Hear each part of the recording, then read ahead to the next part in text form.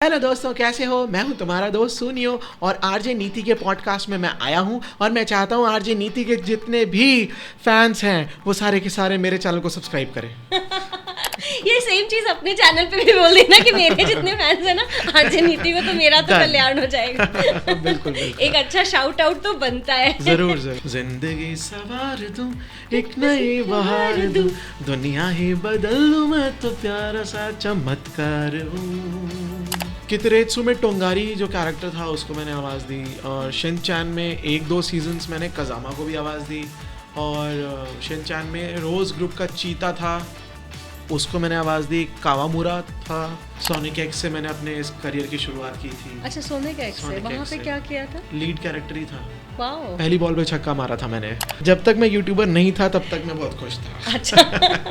पहले मैं बहुत खुश था और फिर उसके बाद मैं यूट्यूबर बन गया, फिर मेरी जिंदगी में दुख आ गया क्योंकि मेरी बीवी नहीं बोलती थी।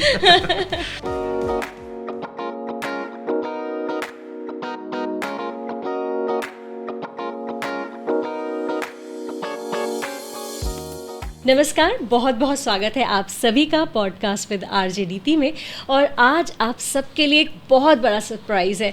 आप सबके भारी डिमांड पर एक ऐसे आर्टिस्ट को हमने इनवाइट किया है जो खुद एक ब्लॉगर है, बहुत बड़ी फ़ैन फॉलोइंग है और आप बहुत सारी बातें उनके बारे में ऑलरेडी जानते हैं, लेकिन कोशिश रहेगी कि उनकी ज़िंदगी से जुड़े कुछ अनछुए पहलुओं को भी हम टच करें।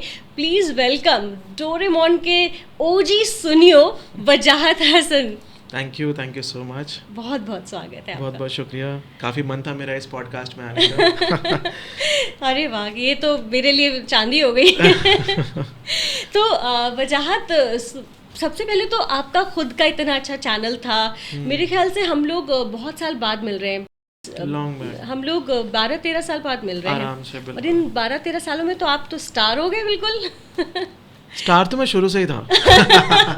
हमें नहीं पता था ना। नहीं, हम तो बस आप भी स्टार है, ऐसा नहीं है। हम लोग बस आर्टिस्ट की तरह मिलते थे, हेलो हाय करे चले गए और उसके बाद धीरे धीरे हमने देखना शुरू किया, आपने ग्रो करना स्टार्ट किया, तो बहुत अच्छा लगता है। तो वो जर्नी ज़रा हमारे साथ शेयर करिए।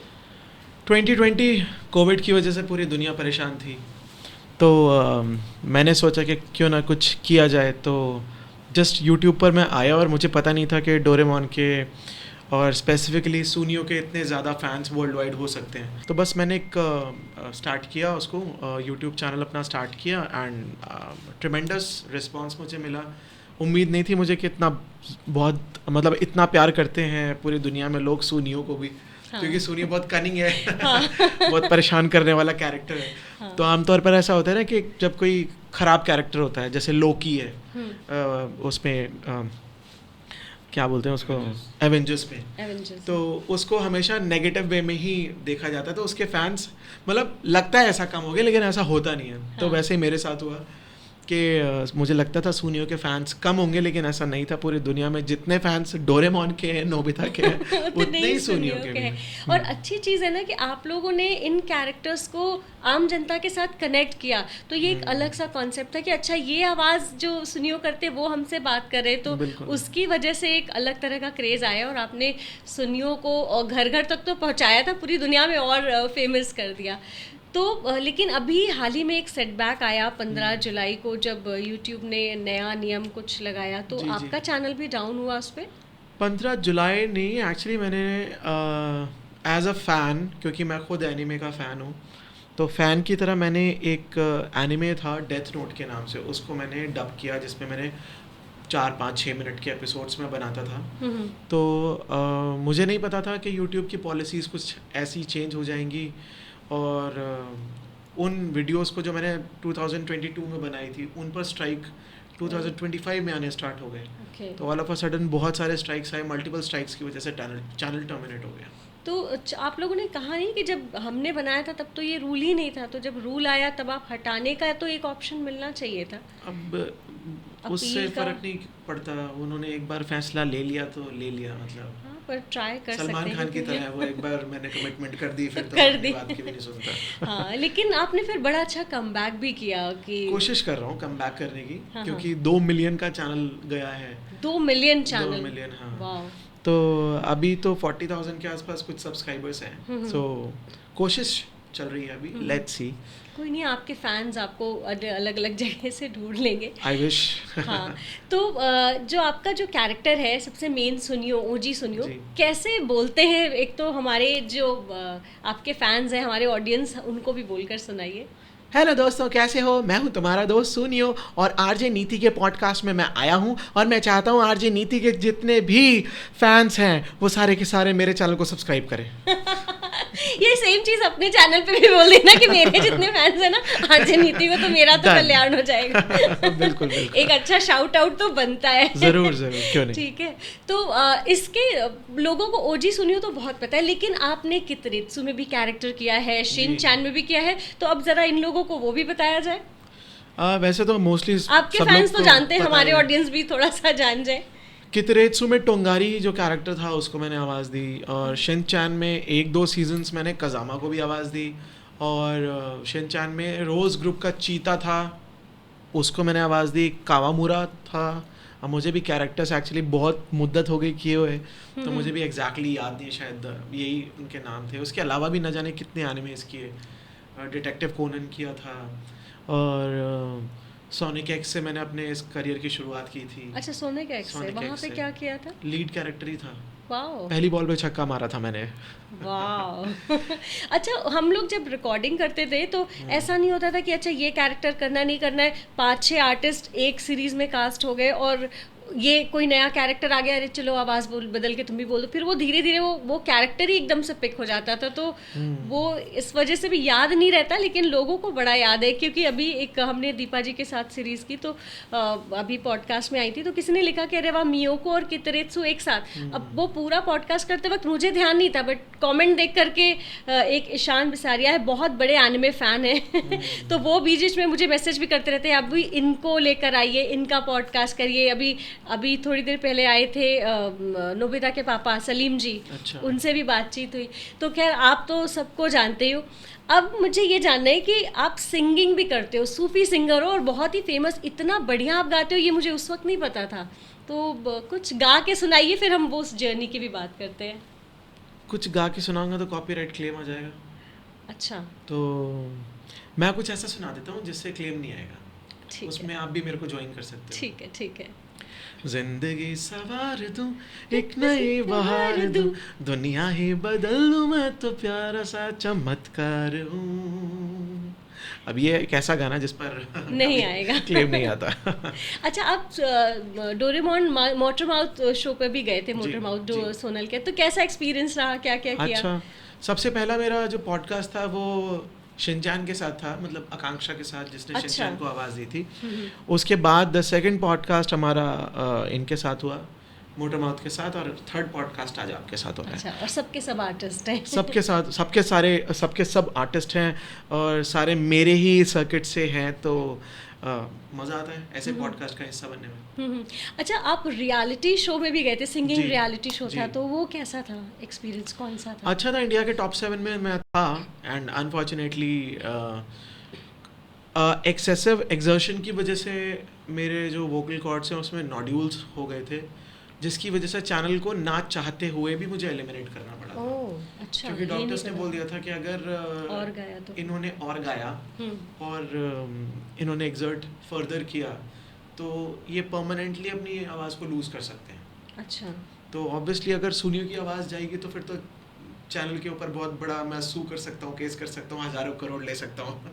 तो उन्होंने बोला बच के चलते हैं और इनको एलिमिनेट कर देते हैं, तो इस तरह मैं एलिमिनेट हो गया था उसमें। अच्छा, हाँ, तो हमें तभी से पता चला था आपको टीवी पे देख के कि अच्छा आप गाना भी गाते हैं, तो मैंने कहा वजाहत को, तो ये तो वजाहत है। होता है ना कि अपने आसपास के लोगों को जब आप टीवी पे देखते हो तो एक अलग एक्साइटमेंट आता है, तो उसके बाद फिर आप लाइव शोज और कहाँ कहाँ किस किस कंट्रीज गए, क्या क्या रही वो पूरी जर्नी, हमें बताइए। अभी भी चल रहा है, घूमते रहते हैं, जो मतलब सेंटर ऑफ अट्रैक्शन है जिसकी वजह से काफ़ी लोगों ने देखा और पसंद किया, वो था अंबानी की शादी। अनंत की जो शादी की जो फेस्टिविटीज़ थी उसके अंदर भी हमने जाके परफॉर्म किया। अच्छा, आपने परफॉर्म किया? जी, तो उनकी एक सूफी नाइट थी जहाँ पर हम गए थे, और वो जो रील मैंने डाली थी उस पर 104 मिलियन व्यूज़ हैं।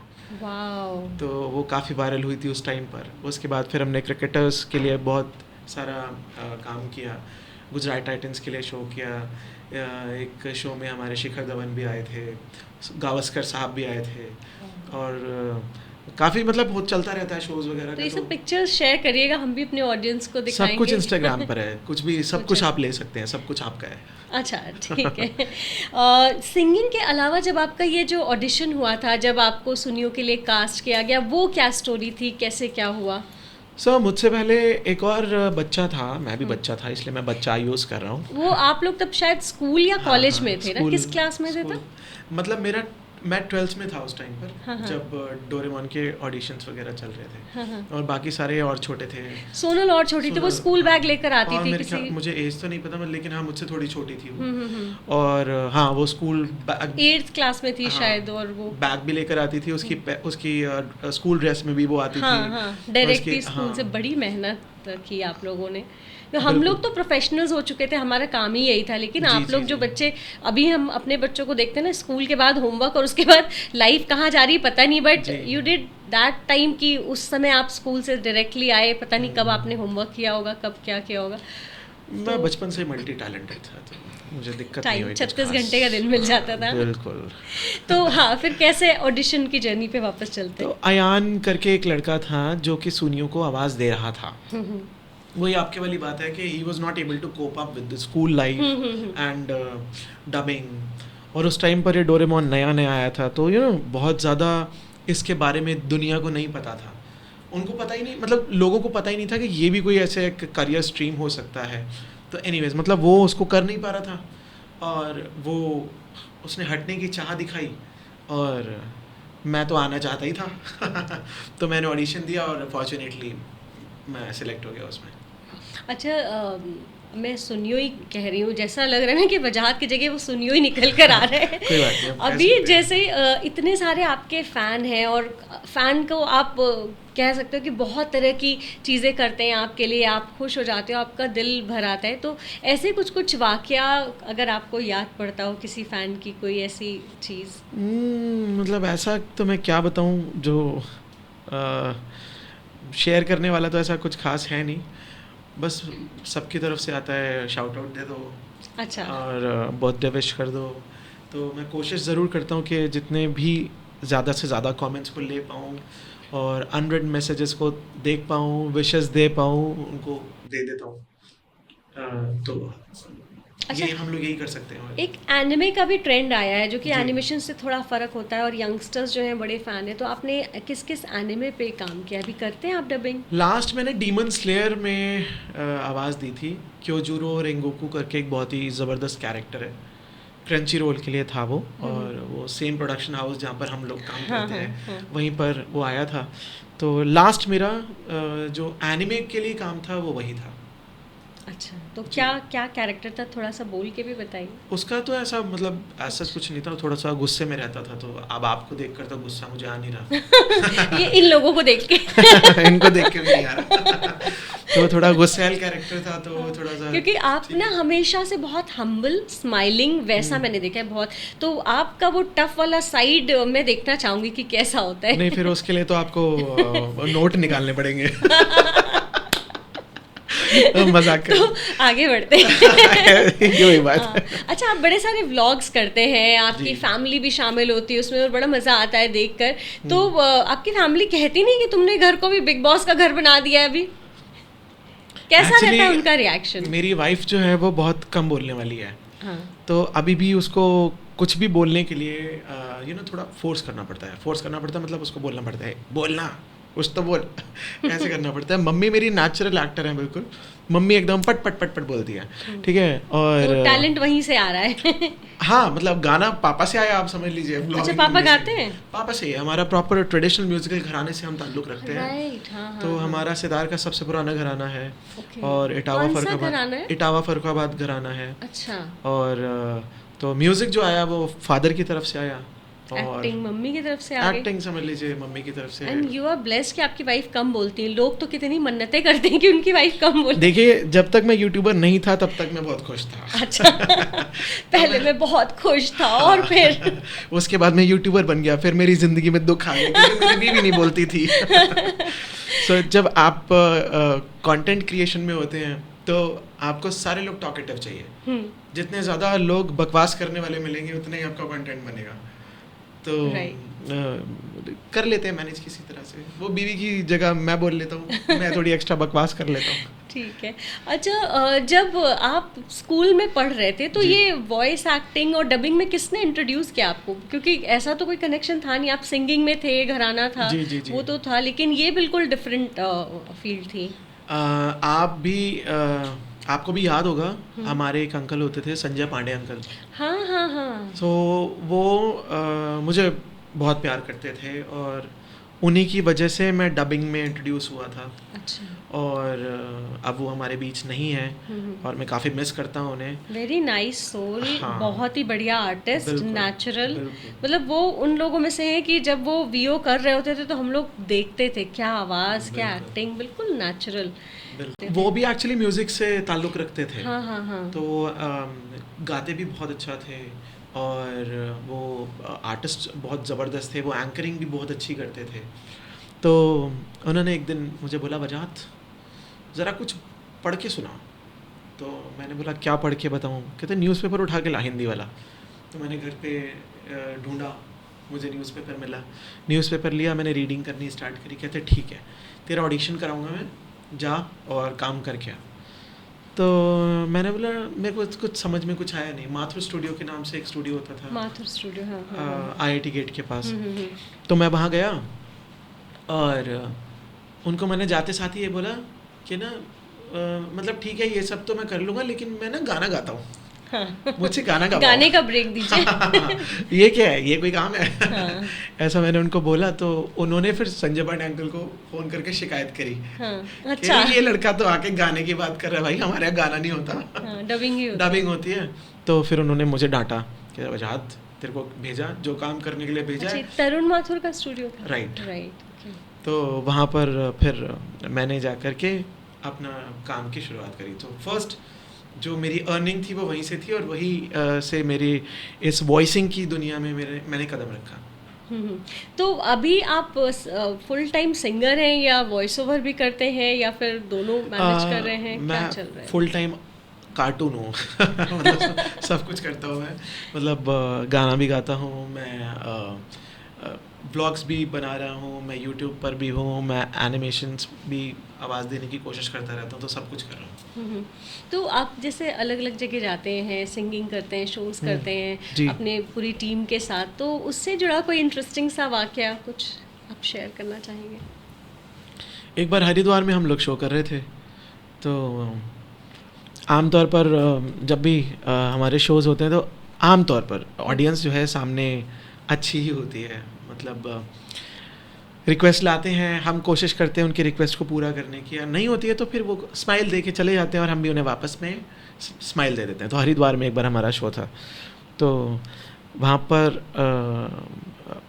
सब लोग डांस कर रहे थे और हम लोग डांसिंग सॉन्ग्स कर रहे थे। तो अचानक एक साहब आते हैं, वो कहते हैं कि वो गाना गा दो, एक मेरा रंग दे बसंती चोला।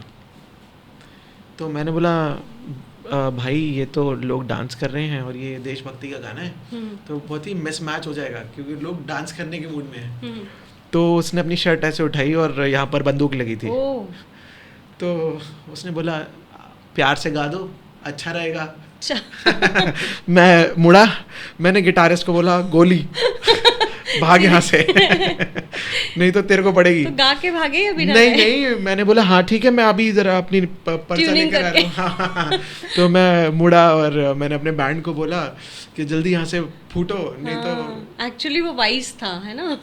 क्योंकि उसकी डिमांड खत्म नहीं होती, क्या पता वो खुश होके गोली मार देता।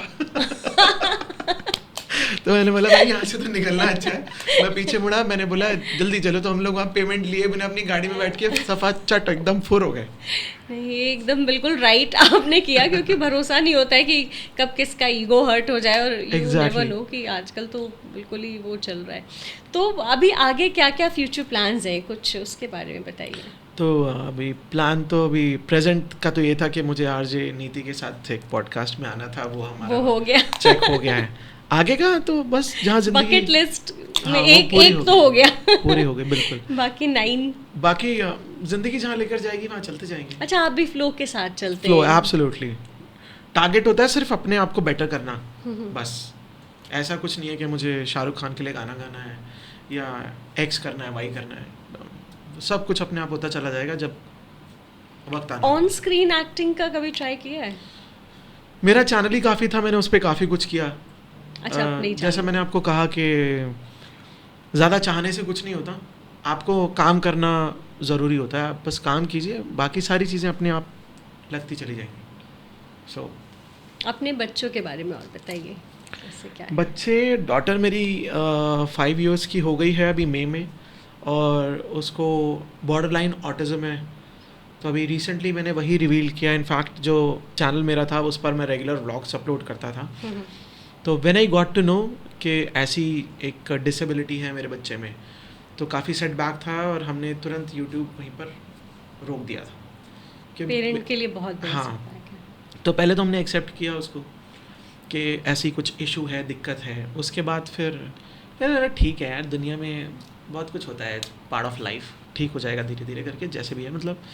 तो लेकिन हाँ, उसकी वजह से ये ज़रूर हुआ कि जो यूट्यूब पर हम व्लॉग्स डालते थे every other day, and in fact मैंने डेली व्लॉग्स भी डाले उस पर चैनल पर, तो वो अचानक रुक गए। तो जो मेरे 1.5 लाख 2 लाख व्यूज़ रोज़ के आ जाते थे वो बिल्कुल बंद हो गए। क्योंकि लोगों को भी आदत हो गई थी आपको देखने को, सुबह उठ के वो।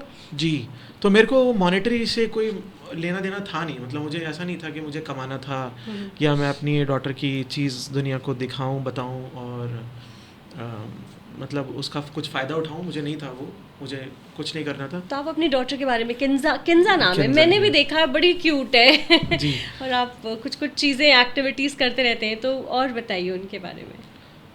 तो तब चैनल चल रहा था, तो all of a sudden when we got to know about her problems, तो हमने मतलब ना चाह के भी हमने वीडियोस को रोक दिया, क्योंकि तब हम उस पर लग गए कि हम इसको किसी तरह से पहले तो थोड़ा सा ट्रैक पर लेकर आए, सिम्टम्स को सप्रेस करने की कोशिश करें। तो लगा लीजिए 3-3.5 साल में उसका वो उजागर हुआ था, पता चला था हमें। तो हमने 1-1.5 साल तक कुछ किया ही नहीं। मतलब मैं हर महीने 15 वीडियोस डालता था यूट्यूब पर, फिर मैंने साल में 4-5 स्टार्ट कर दिया। तो पिछले 2 साल ऐसे ही गए, बट ठीक है। फिर I am blessed with a baby boy 8 months back. तो अब मैंने बोला चलो, किंजा भी थोड़ी समझदार हो गई है, एक बेबी और आ गया है, तो क्यों ना दोबारा से उनकी मेमोरीज बनाऊं। बिल्कुल। क्योंकि यूट्यूब पर आने का या व्लॉग्स बनाने का जो मेरा पॉइंट ऑफ व्यू है, वो व्यूज़ नहीं है, वो मतलब व्यूज़ बहुत ज़्यादा नहीं है। ऑब्वियसली व्यूज़ अगर हम कुछ भी वीडियोस डाल रहे हैं तो हम एक्सपेक्ट करते हैं थोड़े थोड़े व्यूज़ आ जाए, तो व्यूज़ बहुत ज़्यादा कंसर्न नहीं है। मेरा कंसर्न सिर्फ और सिर्फ बच्चों की एक मेमोरी क्रिएट करना है। वैसे आप और मैं भी, हम भी देखते होंगे अपने बचपन की फ़ोटोज़ को, है ना। आज भी दुनिया में फ़ोटोज़ का ही ज़माना है। मतलब आपके फ़ोन में देखेंगे तो 500 फ़ोटोज़ होंगे तो जाके 2-3-4 वीडियोज़ निकलेंगे। मैंने वीडियो फॉर्म में उसको व्लॉग के तरह एक मेमोरी बनाने का ठाना हुआ है, और वही मेरी इंटेंशन है। That's it. वाओ। अच्छा, आप जैसे मेरा नया चैनल है, बहुत सारे और लोग चैनल स्टार्ट करते हैं, आपने बड़े टाइमली और बहुत अच्छे तरह से ऑर्गेनिकली ग्रो किया है अपने चैनल को, तो क्या टिप्स देना चाहेंगे? यूट्यूब का ना एक ही नियम है, कंसिस्टेंसी। और अगर आप कंसिस्टेंट रहते हैं तो हर तरह की ऑडियंस होती है, वो कहीं ना कहीं किसी ना किसी तरीके से आपको ढूंढ ही लेगी। सो consistency is the key, and on top of it, अगर आप कुछ क्रिएटिव आइडिया लेकर आ सकते हैं और उस आइडिया के इर्द गिर्द वीडियोस को क्रिएट कर सकते हैं, बना सकते हैं, एंड अगेन उस आइडिया पर कंसिस्टेंट रह सकते हैं, तो स्काई इज़ द लिमिट। मतलब 100% आप आगे ग्रो करेंगे ही करेंगे। जो देश भर में बड़े बड़े यूट्यूबर्स हैं, उनकी सबकी जर्नी मोर और लेस ऐसे ही थी। अभी जैसे व्लॉगिंग की दुनिया में सौरभ जोशी सबसे बड़ा नाम है। सौरभ ने भी बहुत ही एक छोटे से घर से, बहुत ही बेसिक फ़ोन से रिकॉर्डिंग स्टार्ट की, व्लॉग्स बनाने स्टार्ट किए, जितना मुझे पता है, और आज वो हिंदुस्तान के सबसे बड़े व्लॉगर हैं। तो इम्पॉर्टेंट वही है कि आप कंसिस्टेंट रहें, तो आपको कोई रोक नहीं सकता आगे बढ़ने से। ओके, तो थैंक यू सो मच वजाहत, आप टाइम निकाल कर मेरे इस पॉडकास्ट में आए, इतनी अच्छी टिप्स दी, अपनी लाइफ की जर्नी शेयर की। Thank you so और much for having me. Hopefully मेरा चैनल भी अच्छा करेगा ही। इनफैक्ट ये पॉडकास्ट विद आरजे नीति स्टार्ट करने का मेरा जो मोटिव था वो यही था कि हम इतने सारे आर्टिस्ट, पिछले 20 सालों में मैंने इतने सारे अच्छे आर्टिस्ट देखे हैं जी। जिन्होंने बहुत ग्रो किया है लाइफ में, लेकिन हम लोग सिर्फ हाय हेलो करके सीमित रह जाते हैं। हाँ। और उनकी जर्नी, आप तो है व्लॉगर है, लेकिन बहुत सारे और भी हमारे जो शिनचैन डोरेमोन की टीम में ही हैं, वो कभी कैमरे के सामने आए नहीं, तो मुझे था कि मैं उनको भी सामने लेकर आऊँ, उनकी जर्नी भी, किस तरह से वो इस इंडस्ट्री में आए, कैसे उन्होंने स्ट्रगल किया, कैसे उन्होंने काम किया, तो ये सब लोगों को पता चले। और वेरी गुड इनिशिएटिव, क्योंकि डबिंग जो इंडस्ट्री है वो पर्दे के पीछे रहने वाले लोग हैं, and artist as a whole अगर मैं पूरी फ्रेटर्निटी की बात करूं तो कैमरा पे तो बकवास फिर भी कर लेते हैं थोड़ी बहुत, लेकिन रियल लाइफ में बहुत शांत होते हैं 99.99% ऑफ द आर्टिस्ट।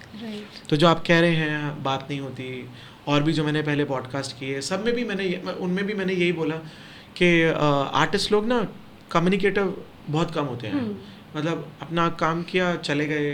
हाँ। और मतलब थोड़े से शाय होते हैं, इंट्रोवर्ट होते हैं जनरली।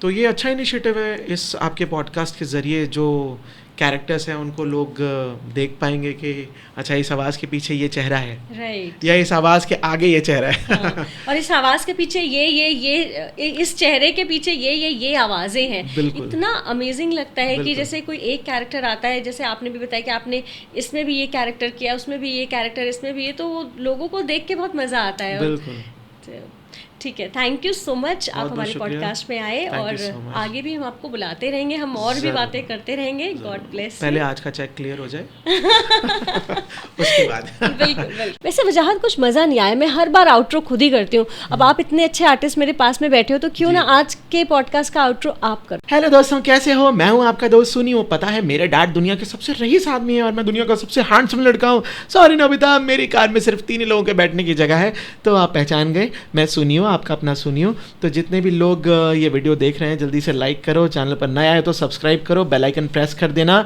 और इसी तरह के बेहतरीन पॉडकास्ट इस चैनल पर आप देखते रहना। All the best. तो आज के लिए बस इतना ही, इजाज़त दीजिए नीति को, नमस्कार।